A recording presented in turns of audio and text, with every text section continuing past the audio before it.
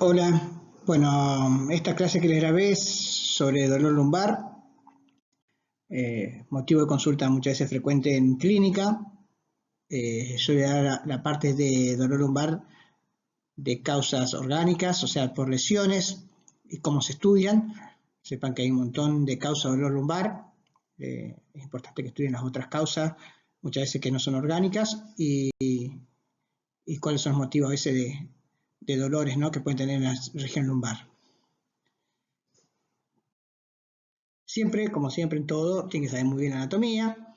La columna está formada, sobre todo la columna vertebral, está formada por estructuras óseas que articulan entre sí, tanto a nivel del cuerpo como a nivel posterior. Y tenemos algo muy característico de la columna, que son los discos, que es lo que amortigua el peso de una vértebra con la otra. Está formado por un núcleo fibroso y un núcleo pulposo, que es lo que contiene ese núcleo pulposo, es el núcleo fibroso. Cualquier alteración de esta es la que hace que justamente se produzcan la hernia o las desventraciones, ¿no? Cuando tenemos dolor lumbar siempre es importante si se irradia, ya que los dolores lumbares que se irradian por una cuestión de causa de las raíces nerviosas, se irradian generalmente a nivel de la raíz nerviosa que está afectada. Acá tienen un esquema para que vean L1, L2, L3, L4, toda la parte anterior sobre todo, y L5, y ya a partir de sacro también afecta la parte más posterior, región de nalga, para que tengan en cuenta. Esto es importante saber si el dolor lumbar se irradia o no se irradia. Como dije antes, la parte de anatomía, tenemos el cuerpo de las vértebras, el pedículo, la apófisis articular superior, apófisis articular inferior, la apófisis espinosa y la lámina. La forma de estudiar la columna, la radiografía simple sigue siendo muy de utilidad, no solamente porque es accesible, sino da mucha información, lo que es hueso. La ecografía se utiliza más que nada cuando son dolores localizados por algún traumatismo o una lesión más localizada, que uno quiere buscar alguna lesión de partes blandas de la que es la región lumbar. Tomografía, vamos a ver cuáles son las causas, pero sobre todo más causas tumorales. La resonancia es muy buena para lo que es la raíz nerviosa, lo que es la médula, procesos infecciosos también tumorales, y la cámara gamma, sobre todo para ver metástasis y a veces procesos infecciosos. La radiografía simple, ustedes saben que se pide, como siempre, se pide el frente y perfil. La característica que tiene la radiografía en lo que es la columna lumbar, que se puede pedir otra incidencia, como son las oblicuas, que dan mucha información, ya vamos a ver por qué. Y a veces se piden las dinámicas, que la dinámica es ver en flexión y extensión, a ver si hay alguna rigidez o algún desplazamiento a la hora de hacer movimientos con las columnas. Siempre hay que ver la alineación, seguir el borde anterior de las vértebras del cuerpo, borde posterior y la apófisis espinosa, hay que ver que estén todas alineadas, la altura de los cuerpos y de los discos. En el caso que se pida en flexión y extensión, ver si la movilidad está conservada, cómo está la mineralización de los huesos, si hay cambio degenerativo, alteraciones morfológicas o de partes blandas. Acá tiene una radiografía de columna lumbar de perfil y una de frente. Entonces sigan siempre el borde anterior de los cuerpos vertebrales, el borde posterior del cuerpo vertebral, que no hace un desplazamiento. La apófisis espinosa también síganla, por la duda que hace un desplazamiento. Y miren la densidad del hueso, cómo están los espacios discales. Miren toda la radiografía. Y en el frente lo mismo, que no tengo nada, como este tiene una leve escoliosis dectroconvexa. Estos son agujeros de conjunción que estén simétricos un lado del otro. Ahí está ampliado para que vean el espacio discal con el agujero de conjunción por donde salen los nervios. Y esta es la importancia de la oblicua. Las oblicuas se piden de los dos lados, oblicua derecha y oblicua izquierda, y nos permite ver justamente lo que se llama perrito de la Chapelle. El perrito de la Chapelle es justamente la parte ósea que estamos viendo acá, que une la apófisis articular superior de esta vértebra, ¿no?, con la apófisis articular inferior de esta vértebra de este lado. Entonces esta parte ósea, cualquier traumatismo se puede romper, y acá se va a ver esta imagen que es como un perrito. Se voy a escribir para que vean. Esta es la oreja, este es el hocico, el cuello, la patita delantera, la patita trasera y la colita. Fíjense, busquen por internet, el perrito de Chapelle, que es un perro de verdad, la raza. Y fíjense que el collar no tiene collar, es un perro que no tiene collar. Si vemos una imagen radiolúcida cruzando la parte esta del cuello, es porque hay una fractura de la pars intermedia. ¿No? Pars interarticular se llama, o segmento interarticular. Acá tenemos el otro oblicuo, al otro lado, fíjense muy bien que se ve, el perrito, vamos a ver cada uno. Ahí tenemos la posición articular superior, el pedículo, el cuerpo de la vértebra donde corresponde este perrito, la pars interarticular o segmento interarticular, que es el cuello que tiene que estar libre, y la posición articular inferior de esta vértebra, ¿no? Que es importante ver. Acá tenemos también el perrito, es importante que lo vean. La posición transversa es el hocico del perro.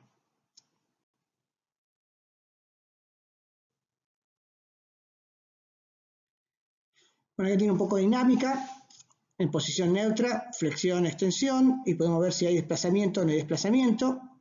Un paciente con escoliosis, dextroconvexa, ver si están rotadas las vértebras, solamente la escoliosis.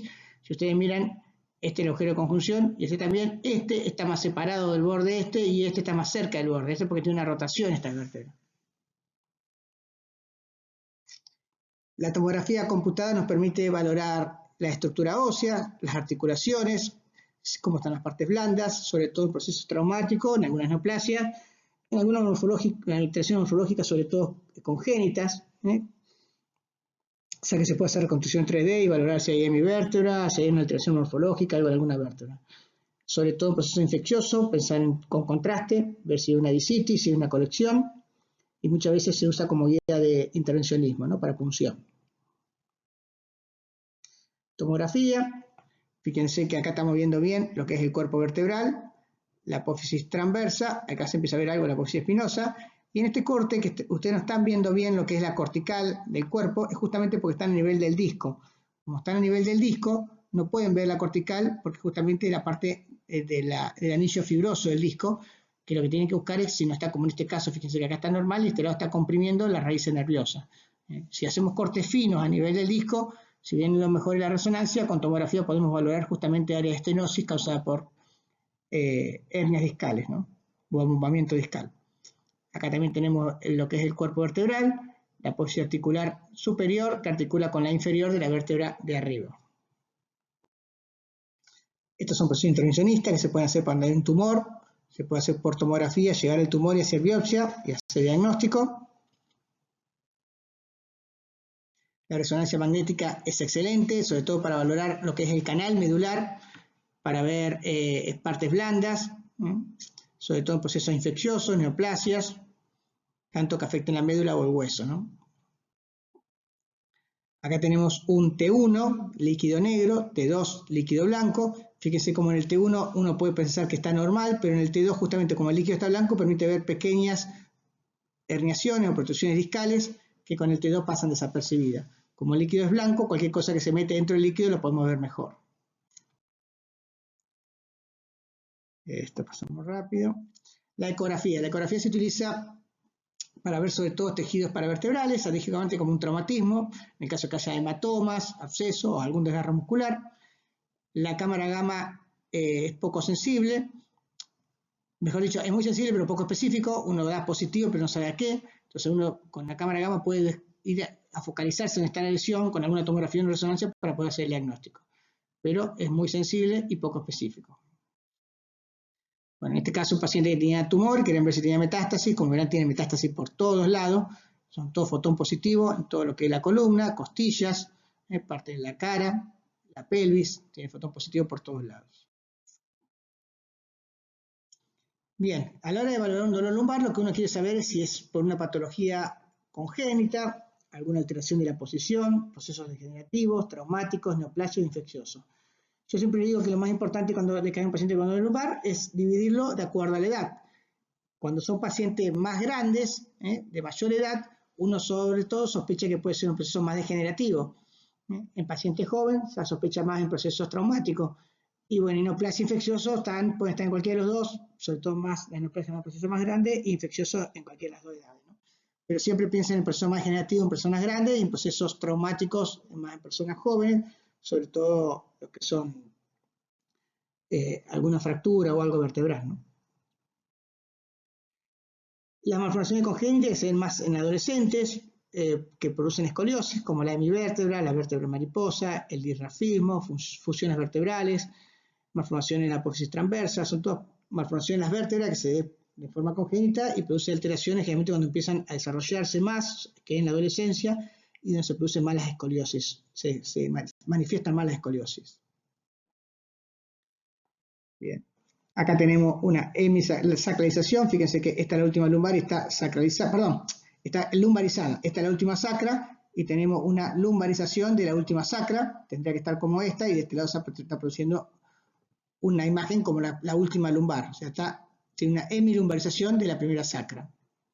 Acá tiene un disrafismo, falta de fusión del arco posterior.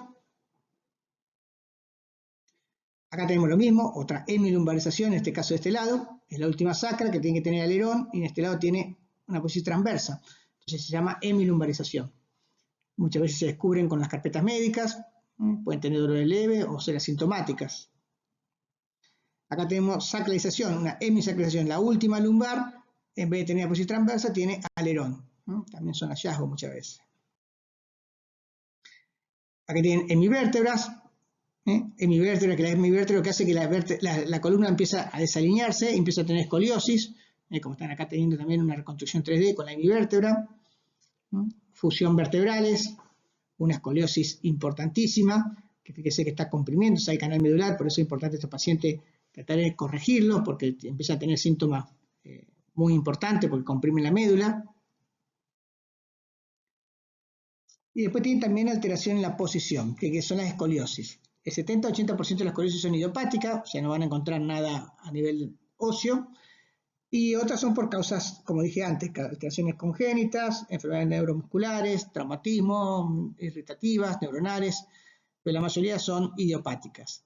Y lo que hay que buscar siempre es si son de causas estructurales o no estructurales. Recuerden que las causas no estructurales generalmente se corrigen con la inclinación de Bendix. Entonces es importante que se le pida una radiografía dinámica.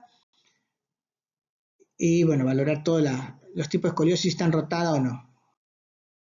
Acá tienen una escoliosis, fíjense, dextroconvexa a nivel lumbar, donde están rotadas las vértebras, se ven casi el perrito de Chapelle, a pesar de ser frente, está tan rotada la vértebra que es como si fuera una oblicua, las vértebras estas. Acá tiene otra escoliosis, en este caso levoconvexa, con también algo de rotación, sobre todo en las primeras lumbares. Esta le voy a pasar para la próxima, que se ve mejor. Procesos degenerativos. Procesos degenerativos, en el caso de la vértebra, a diferencia de las otras articulaciones, no solo afecta las carillas articulares y los huesos, sino que afecta al disco. Por eso es importante valorar el disco en los procesos degenerativos. La tríada que tiene que tener todo paciente con procesos degenerativos, como son las artrosis, son el estrechamiento del espacio articular, los osteofitos y la esclerosis. Es decir, son articulaciones que están en continuo roce, por lo cual porque hay una alteración del eje, entonces produce que se estreche esa luz, empieza a chocar hueso con hueso, lo que produce que haga una reacción esclerótica en el hueso que está produciendo este roce, y esta reacción esclerótica muchas veces hace que haya un sobrecrecimiento óseo que producen los osteofitos marginales.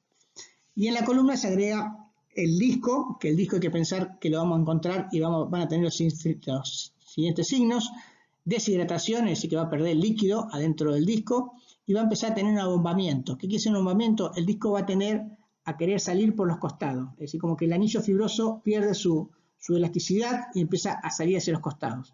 Yo siempre les digo que es como que tuvieran un alfajor de dulce de leche, que le sacan el envoltorio, apretan el dulce de leche y el dulce de leche tiende a salir hacia todos los costados.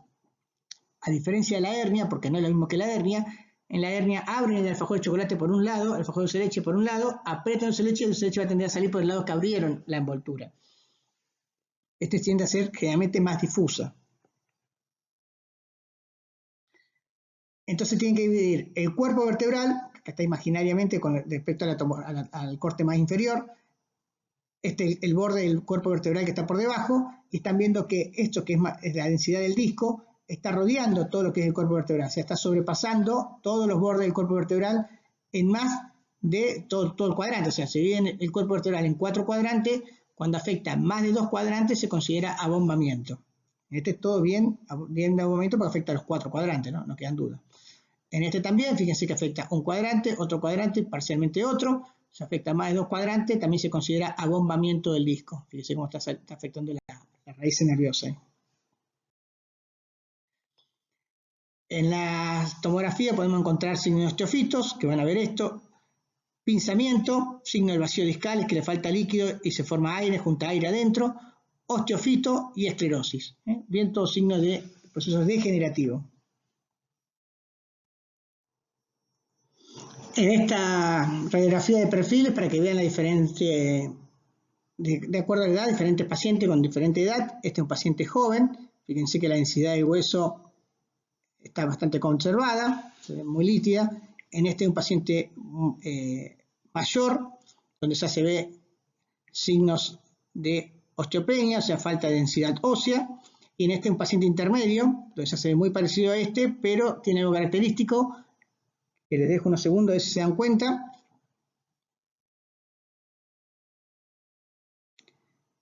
Bueno, esperemos que se hayan dado cuenta. La característica que tenemos es la aorta, que están viendo acá, que está calcificada a las paredes.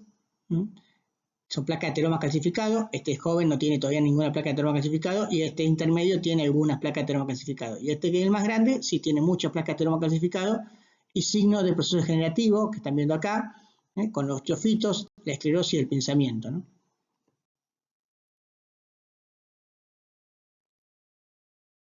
Tienen que saber diferenciar también lo que es el sindesmofito y el osteofito. El osteofito, como dijimos recién, son excrescencias óseas que hacen lo que se llama pico loro, se conoce vulgarmente, que es el crecimiento hacia afuera, y después, en el caso que sea el borde superior, crece hacia arriba, y en el caso del borde inferior, crece hacia abajo. Es una forma de pico. El sindesmofito generalmente son lesiones verticales, son calcificaciones verticales, porque lo que se calcifica es el ligamento longitudinal anterior y parte de la periferia del disco. Eso va a tener una posición vertical, no hay que confundirlo. Si tenemos sindesmofito por mucha calcificación en los ligamentos longitudinales, son los que se conoce como caña de bambú. Acá tenemos osteofito, y fíjense, acá está toda calcificada el ligamento longitudinal anterior.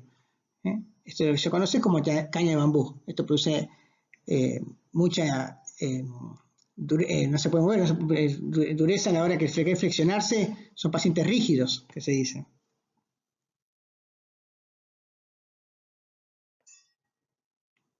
Bien. Acá tenemos signos de artrosis también. Fíjense el disco como está disminuido. Este es un disco normal y este disco que no tenemos nada. Con edemas a nivel del cuerpo vertebral. Este edema por la inflamación que tiene. Es una resonancia. T1, T2 por las dudas. Bien, y la hernia es, como dije antes, es un desplazamiento del disco, pero localizado. Como dije antes, es como que sacamos un envoltorio del alfajor, un pedacito, y apretamos y los hechos tienen que salir por ese lugar nomás. Es decir, que afecta menos del 50% del perímetro del cuerpo, ¿no? Del borde del cuerpo, ¿no? Y tenemos dos tipos de hernia para recordar. Tenemos dos tipos de hernia, la hernia por protrusión y por extrusión. La por protrusión, van a ver una imagen, como están viendo acá, que tiende a salir, y en los cortes axiales van a ver que tiene la base más ancha que la parte periferia. Vamos a ver si hay otra imagen mejor. Acá tenemos la definición. La protrusión es esto, fíjense que afecta a un cuadrante, si bien está justo en el medio, pero no llega solo, pasa un cuadrante. Y entonces tiene la base más ancha que la periferia, se llama protrusión. Otra vez protrusión, la base ancha, protrusión, hernia con protrusión. No le voy a preguntar que sepan eso, sí que sepan que la diferencia entre hernia y abombamiento, ¿no? Pero si saben la diferencia, que la hernia y tenemos dos tipos, mejor. Protrusión, en el sagital lo mismo, la base ancha, protrusión, fíjense cómo el ligamento longitudinal posterior está conteniendo esta hernia. En cambio, la extrusión es cuando la base es más angosta, y el problema que tiene es que muchas veces produce lo que se llama secuestro. El disco se puede romper, pierde la continuidad y como que cae por debajo de lo que es la hernia. Ahí tienen la base más angosta, extrusión, base angosta, extrusión. También lo mismo, vas angosta, extrusión, y acá lo que yo le dije se produce con una especie de secuestro, se puede romper esta hernia y ir cayendo el pedazo del disco por debajo del espacio discal, siempre contenido por el ligamento longitudinal posterior.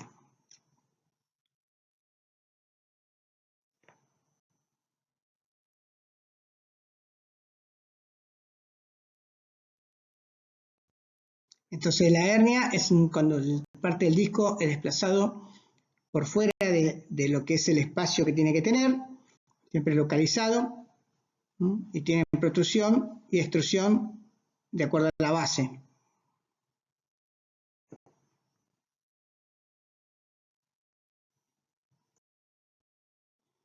Acá tienen también otra hernia con base ancha y otra con base angosta.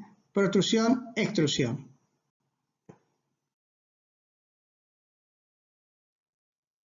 Extrusión, base angosta, fíjense cómo puede ir cayendo, puede producir lo que se llama el despegamiento, o sea, la rotura de esta hernia y ir cayendo parte del disco hacia abajo. Esto es lo que vimos hoy como proceso degenerativo, acuérdense, pinzamiento, vacío del disco con deshidratación. Acá tenemos osteofito y esclerosis, bien signos de proceso degenerativo. Y recuerden que la vértebra de la columna no solamente hay que mirar la parte de adelante, sino hay que mirar la parte de atrás, porque también tenemos articulaciones de atrás y también puede producir artrosis. Lo que son las articulaciones que dijimos antes, la puesta articular superior articula con la inferior de la vértebra de abajo y de arriba, y van a encontrar también signos de osteofitos, pinzamiento, bien proceso degenerativo que puede afectar también la parte posterior. En el caso de fracturas, podemos encontrar una fractura por alguna compresión, por algún desplazamiento, y no olvidarse también de las fracturas patológicas, ¿no? Que hay que tener en cuenta en la columna. Acá hacemos un paciente que le hicieron un centellograma donde se ve un foco positivo, un fotón positivo a nivel de L1. Le hacen la radiografía, la radiografía también ya se veía que tenía un aplastamiento en cuña, que se dice, la parte anterior menos altura que la posterior. Entonces sospechaban que podía ser una patológica. Bueno, captaban el fotón positivo, le hacen la tomografía con reconstrucciones, donde se está viendo cómo está la fractura múltiple, con minuta a nivel del cuerpo vertebral. Esto es el SCOUT, donde se está viendo también lo mismo que veíamos acá. Entonces, cuando tenemos una patología, una fractura por aplastamiento focalizada y vemos que capta en el fotón y una sospecha que puede ser fractura patológica, hay que pensar siempre en estudiarlo con tomografía y resonancia. Fractura por accidente de tránsito. Fíjense que acá hizo un síndrome de latigazo, donde se desplazó la vértebra. Fíjense que tenemos L2, L3, L4, L5, L5 con L6, se desplazó totalmente, terminó pegando la vértebra contra lo que es la médula, con signo de edema en toda la médula, pérdida de líquido hacia adelante. Eso es lo que produce cuando hay un accidente de tránsito, muchas veces que no tengan cinturón, pasa esas cosas. Bien, otra cosa importante en columna es la espondilolistesis y la espondilolisis. Para los que no se acuerdan, la espondilolisis es cuando hay fractura en la columna y la espondilolistesis cuando hay desplazamiento. Podemos tener espondilolistesis, mejor dicho, cuando vemos espondilolistesis, busquen espondilolisis. Así que si hay un desplazamiento, puede tener una fractura. Y cuando hay una fractura, busquen un desplazamiento. Muchas veces van de la mano, así que cuando tengan una, busquen la otra. No necesariamente tienen que estar las dos, pero cuando hay una, busquen la otra. Si bien acá cuesta ver, pero fíjense, vamos a lo que es el borde posterior de los cuerpos vertebrales, viene acá, pega contra el sacro, hago un escalón y baja. Y si hacemos el borde anterior, viene, hace un escalón y baja. Entonces un escalón quiere decir que tiene una espondilolistesis. La espondilolistesis viene en grado, de acuerdo al desplazamiento sobre la parte de abajo, sería del cuerpo vertebral de abajo. Grado 1 cuando tiene un tercio, grado 2, 2 tercios, grado 3, 3 tercios, grado 4 ya cuando está afectando el borde casi externo, ¿no? Entonces en este tenemos un grado 1 y acá tenemos teniendo que, aparte de eso, estamos viendo que hay una solución de continuidad a nivel de los arcos posteriores. Entonces tiene una espondilolistesis con una espondilolisis. Se puede hacer una tomografía que se ve mucho mejor. En la tomografía se ven a ver esto que es la pars interarticular, que sería el cuello del perrito de Achapel. En este caso tenemos una solución de continuidad. Y en el caso que no tengan un tomógrafo a mano y quieren verlo mejor por radiografía, se puede pedir justamente las oblicuas, que es la utilidad.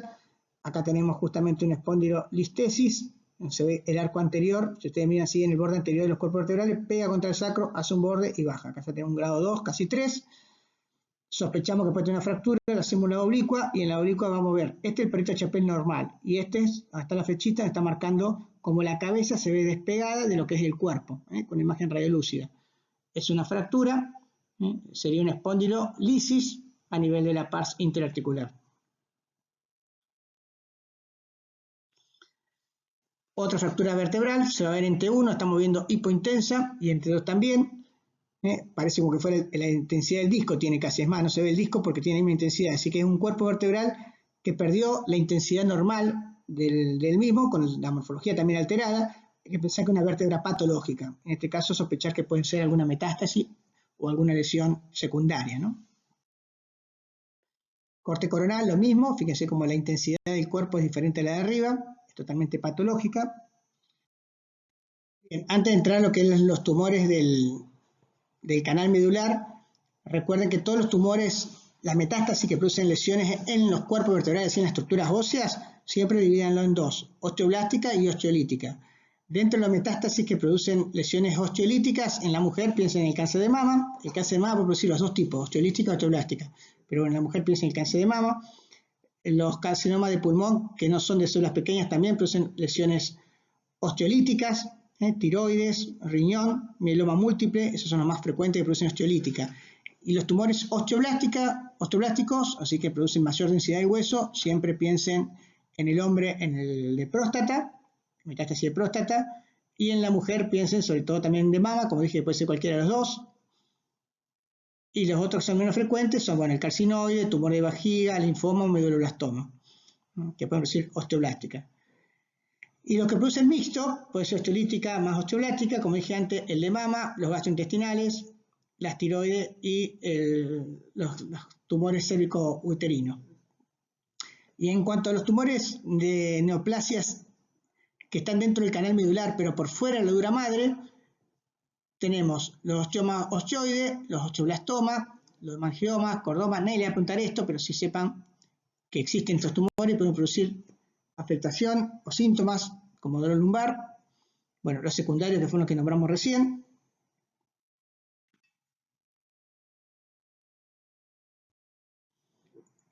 Acá, por ejemplo, tenemos un paciente en el cual tenía una lesión chiquitita ahí en la nivel dorsal,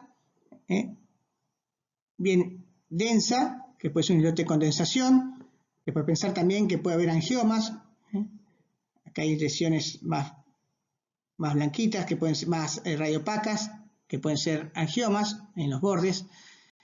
Y después son las mixtas, como pueden ser tumores también, o puede ser también angiomas que están afectando el hueso, que también lo van a ver de esta forma.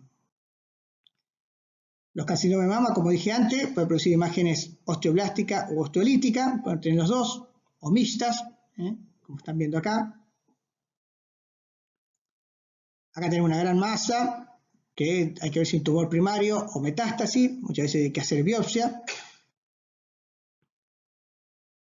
Otro tumor a nivel de lo que es el cuerpo vertebral, está totalmente afectado acá también, son todo metástasis en los cuerpos vertebrales. Fíjense que produce alteración total de la intensidad, esta es normal y esta es totalmente patológica. Entonces siempre viene la intensidad de las vértebras, y todas las vértebras están como aplastadas, hay que una persona mayor, donde ya empieza a tener signos de osteoporosis y las vértebras empiezan a acuñarse. Otra lesión que en T2 se ve hiperintensa y en T1 levemente heterogénea. Pensar en tumor también, es importante la resonancia. Carcinoma de próstata, todas lesiones a nivel de los cuerpos vertebrales. Y después lo que son dentro del canal medular, es decir, intradural, que puede ser por fuera de la médula o por dentro de la médula. Los que están por fuera de la médula, pensar siempre en la afectación de la meninge, o sea, los meningiomas, los neurofibromas y la metástasis. Y dentro de lo que es la médula, el ependimoma, astrocitoma, metástasis y hemangioblastoma. Acá tenemos una lesión intracanal, que fíjense que hace mucho imagen de vacío de señal. ¿Por qué? Porque son flujos sanguíneos, son cavernomas venosos que tienen esa imagen ahí a nivel del cono medular final, ¿no? De lo que es el cono. Ependioma del filum, estos dan síntomas sobre todo en la parte de los miembros, bilateral, una imagen heterogénea. Fíjense cómo se ve, está afectando toda la parte del filum y las raíces nerviosas de la cola de caballo. Y otra causa de dolor lumbar que hay que siempre pensar, las causas inflamatorias. Recuerden siempre la enfermedad de Potts, que sería la espondilitis tuberculosa, la estafilocóxica y la brucelósica. Muchas veces hay que hacer biopsia para llegar al diagnóstico y hacer cultivo para ver qué germen es. No es fácil hacerlo por imágenes. Bueno, después está la hidatidosis, también se puede dar, ¿no? Siempre que sospechemos un proceso infeccioso es bueno hacerle contraste para ver si tiene colecciones. Acá se está viendo una colección paravertebral, está afectando parte del músculo ahí, con hipodensidad, ese es perfecto, cercano al psoas.